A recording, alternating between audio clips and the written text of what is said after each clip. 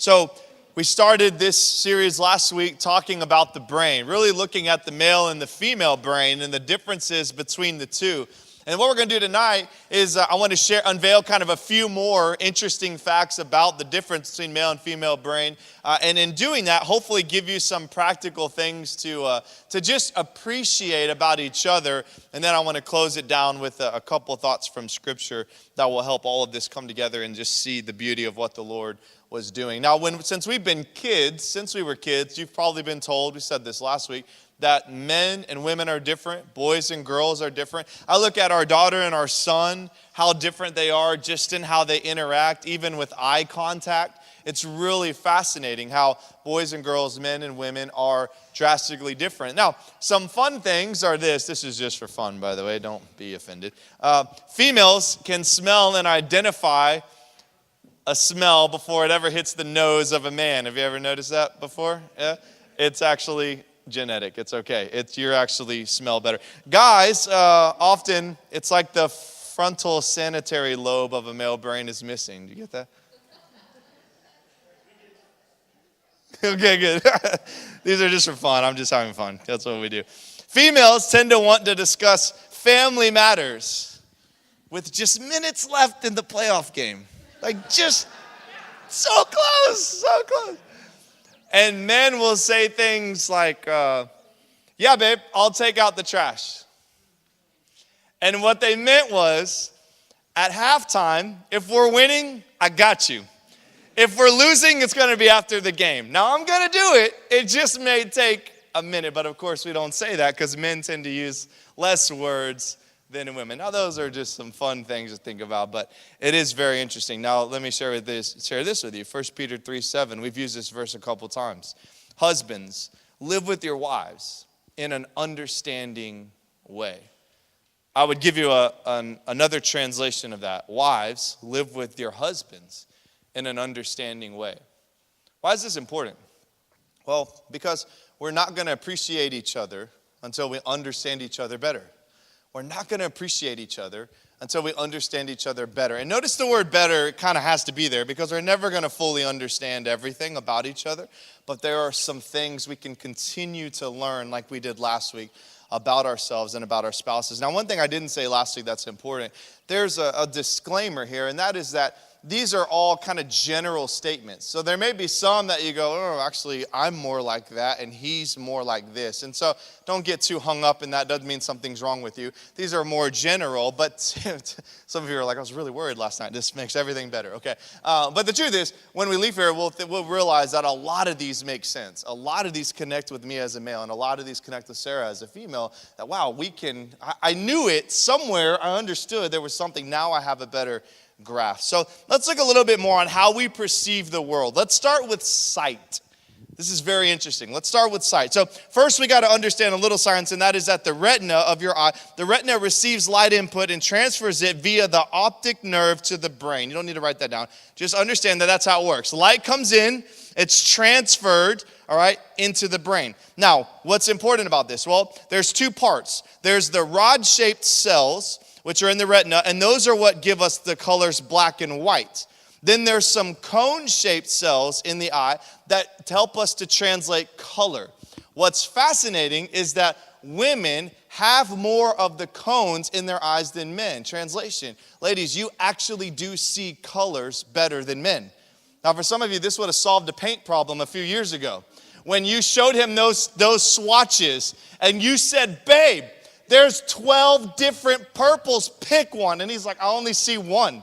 They all look the same. The truth is, he probably did see different ones. He was being lazy. But in his defense, he probably only saw 6 of the 12 because it is actually found that in the brain, particularly in the eyes, that there's a difference here. That, ladies, you've been wired by God to be able to see colors uniquely. Now, how much does that affect marriage?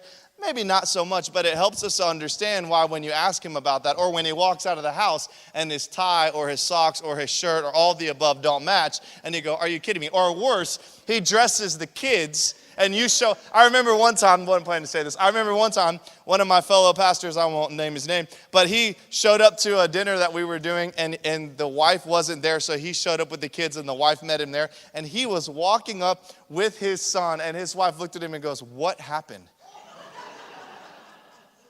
How would you leave the house? She's in front of everyone. She's like, how would you leave the house like this? He doesn't even match. And I'm thinking, that's right, bro. I'm totally with her on that. But anyway, it's so true that guys don't not only see colors differently, but really because we see them differently, we don't appreciate them the same as a lady would. So typically, your home designers, typically all those things tend to be female. Not always, but they tend to be female because you're actually wired uniquely compared to the guys. Very, very interesting. Now, the other thing to note is that we've also found with eye contact, this is really fascinating, and I tested this with my kiddos this week, that boys tend to hold eye contact far less than girls. Actually, typically girls hold it about double the time a guy would. So if you have young kids, go home and watch them. Watch your son. He will look at you, but then he'll look away. You'll hold him and you'll want to, I hold Kaysen and I'm like, look at me. And he's just looking away and over. It's like he's trying to find mom. I know he's not because he loves me, but he's just looking all over. But Kyla, my daughter, man, she'll look me dead in the eye and she'll hold it for a while. Not always because she's a kid, but she'll hold it. And it's very interesting to see. But so we see that God's wired us in our sight uniquely, but there like always is positives and negatives, right? There's bright sides, but there's also dark sides. And here's something that's interesting. For guys, we tend to see a more narrow field of view. So we can see further better than ladies, not drastically, but we can see further better. But ladies, you can see that more wider field of view better than a man. Okay? Now, how's this helpful? Well, gentlemen, have you ever lost something? Like your keys, your brain, I'm just kidding. Your keys, your wallet. And what's the first thing we do? Babe, have you seen my keys? I know I put them right here, right? Now, we talked about how memory and emotions are connected, so it helps ladies to remember things, but also, typically, the reason your wife can typically find your keys or your wallet or whatever she's lost is because she actually has a better field of view right here. And so for instance, when I'm looking for my keys, I'm looking big picture, right? I'm looking in the living room. I don't see them. I don't see them and she's looking in the details, like, oh, lift up the couch, lift up the pillow, lift up the sheet. They're right where you left them, right? So it's interesting, but it's also really cool how God has helped us men. We don't ever lose anything ever again because we have our wife to keep us in line. No, I'm just kidding. Now that also, though, is interesting if you look at how car accidents are recorded. Statistically speaking, in car accidents, ladies very rarely, not always, very rarely, will get hit from the side. They have a better sense of view. So we look at this and we go, wow, this is fascinating how the Lord has wired us uniquely. By the way, this is just for fun. This is also why guys will typically get caught looking at ladies. Because they have a longer field of view, they turn their head. So when you were dating your husband, and you were like, that's what I'm talking about. Cute girl just walked by, he didn't even look. You're right, he didn't. Because if he did, you'd have known. Because he can't do this he literally had to turn his head, right? I think God gave you that, ladies. I really do. Guys, he gave it to you too to keep you in line. But it's really cool. Now, that's not as relevant when we're married, I hope. But it's fun to understand that because it helps us to perceive the beauty of how God's wired us. That's a little bit about sight. Let's talk about hearing. Specific words here. Women have a larger corpus callosum, which is basically what connects the left and the right brain. Please be careful. Don't laugh too hard. The left and the right brain. So when listening and decoding, women use both sides of the brain. Isn't that fascinating? But men only use one.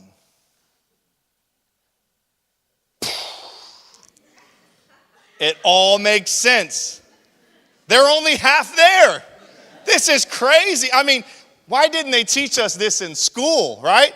This would have solved a lot of communication issues. No, actually, typically speaking, ladies, you're able to not only have, but you're also able to perceive up to 7 different conversations at one time.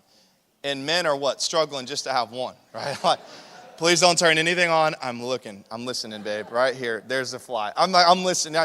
It's so difficult, right? But it's very interesting. And why? Well, we know God's given ladies a unique gift, all right? Particularly in your role as a parent, right? Man, if you have multiple kids, you're like a little cat, man. You just hear everything. You see everything. It's unbelievable. I remember I used to think my mom had eyes in the back of her head. I think she still does, actually. But, I mean, it was unbelievable. And God's given you that gift. So it's really fascinating. For men, we got an issue there. But it's okay. We can make it. You think about ladies. They can talk. They can listen to music. They can watch TV. They can hear kids screaming. And they can still have a conversation. Dad, when the phone rings, hey, can you turn the TV off? Can you all sit down? Can you be quiet? Can you please turn the music off? Tell Alexa to stop. Like, we just cut it all off. I got to have a phone call.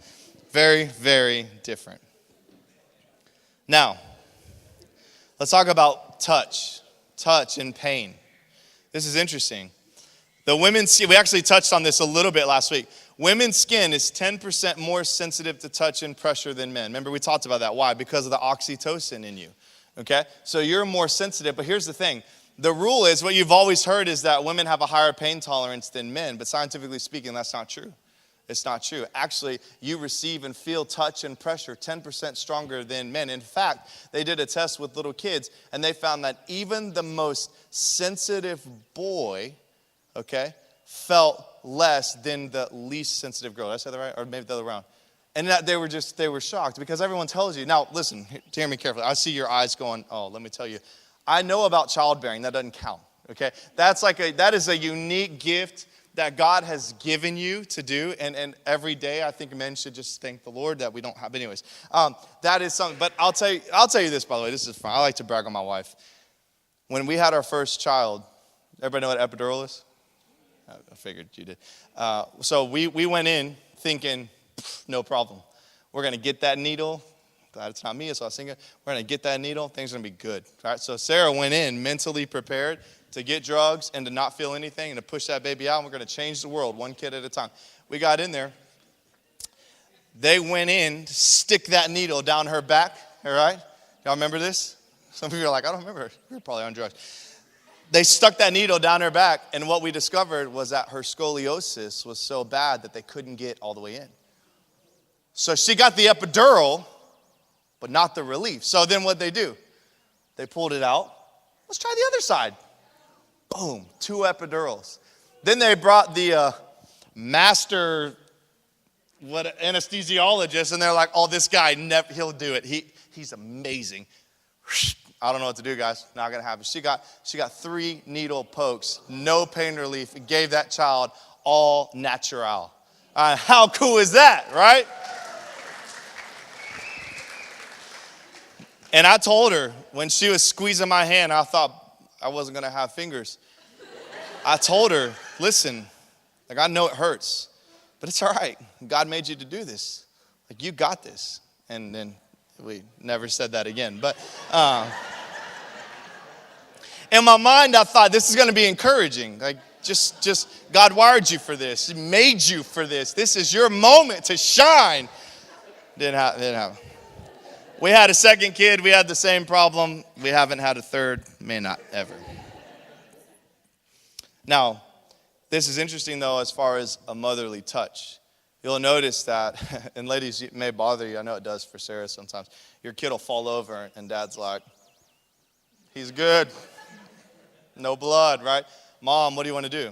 You may not always do it, but you're natural. You want to touch. Why? Because those touch sensors in you are so much higher. That oxytocin level is so much higher. Not only do you send love with touch, but you receive love with touch. And so when you see a kiddo fall over, your natural response when you get there. Dads, they love their kid. They want to touch, but I mean, Kaysen fell off. Sorry, I forgot to tell you this. Kaysen fell off the couch yesterday, and I looked over and I was like, "Have you done cry?" He doesn't cry. Oh, he's crying. Oh, okay. And I hugged him. I loved him. I don't think he felt the same love, but it's just different. It's just different. Now, why do I say that? Because that's a gift God gave to you ladies as moms and as nurturers to take care of you. Now, why say all of this? Well, here's what I want to show you. Genesis 2:18, just one quick verse. Then the Lord God said, "It is not good that man should be alone. I will make him a helper fit for him." Now, when you hear that, some of us go, Especially if maybe you're new to church or don't go to church and you're like, man, that helper thing, that's the problem with religion and God and the Bible. And they got some views that are a little outdated. We don't think that way. Let me tell you something. Let me show you something. Helper and fit for him. The word helper is actually the root word ezer, which means to save from. To save from. So, when God said, it's not good that man should be alone. All the men should have said amen. It's okay. I will make him a helper. What he was saying is, I'm going to save Adam from loneliness. I'm going to save Adam from loneliness. He said to you and I, gentlemen, I'm going to save you from loneliness by bringing you that woman that's sitting next to you tonight. Yes, she's going to be a helper. Yes, you're going to do life together. Yes, you're going to balance each other out. We'll talk about that in a second. But at the end of the day, I'm going to save. Man, do you remember your single days? Some of you, it's a miracle you made it. Your mom still prays for you, and it's over. Still worries, did he get food? I mess with our secretary, Vanessa, all the time because she's always worried about her kids and did they get enough to eat. She sends them back to college with an arsenal of food. And I'm like, one day they got to grow up, just letting you know. Like, one day they're going to, don't tell her I said that. Anyways, but God knew. He knew how special it was going to be. And so when we see the word helper, be careful there. And don't let people take the Bible and use it in a way that's not good. That helper is not a servant, a slave to bow down and do whatever the man says. No, it's someone to come alongside and to save that man from loneliness. But then it also says, fit for him.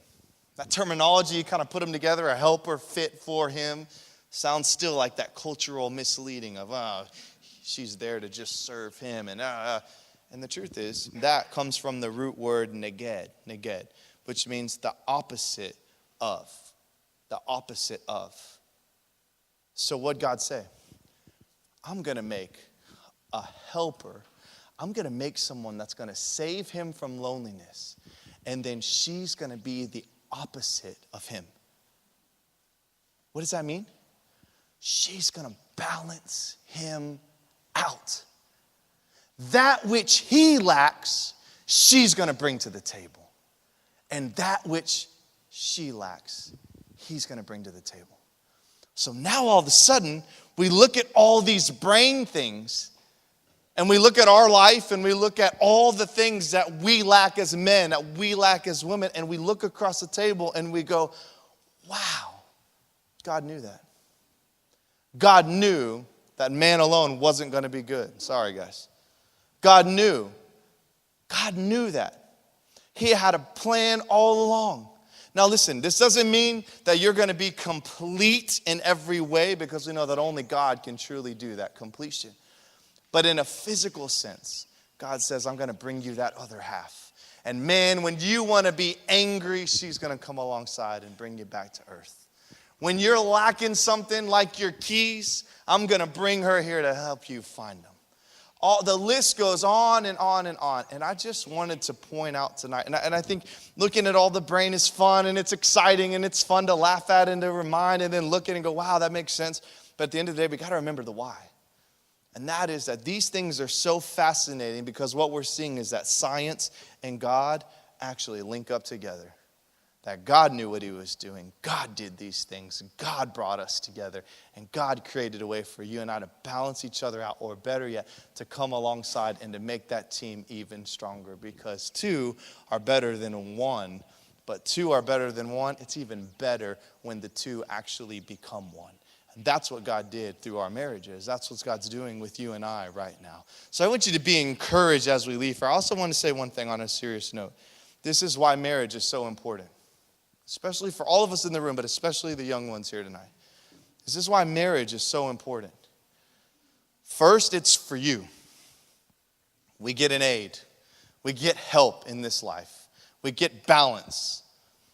But it also has got to be held in a proper place. Because when marriages fall apart, not only are you affected negatively, but so are all the kids and everyone that falls underneath that. And so marriages are important because they honor God. But marriages have an effect on so many people beyond just you and I. We're sitting here tonight because we love our spouse. Maybe I don't know what your exact reasoning is, but because we love our spouse, we love our families, we want to honor God.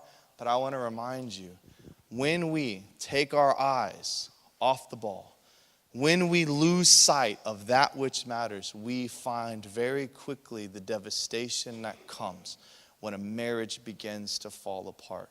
So be careful that the differences we have don't lead us to more frustration and irritation.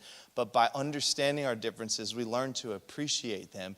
And by doing that, we appreciate each other. And by doing that, we make sure that our marriage stays healthy, because the impact that it has for you and I is an amazing thing, but it can be devastating if we don't take care of it. And finally, I'll just say for fun, if you have kids, be glad there's two of you, because man, do you need every ounce of it. Amen? You need every bit of what God's wired each of you to do, and when those two come together, it's a beautiful thing. God's given you a gift. He's given me a gift. It is amazing to see how even through the science, he knew exactly what he was doing. Celebrate that tonight. Thank your wife for being able to always find your keys. Thank your husband for always being able to see way down the road. Whatever it is, but be grateful that God's done a special thing in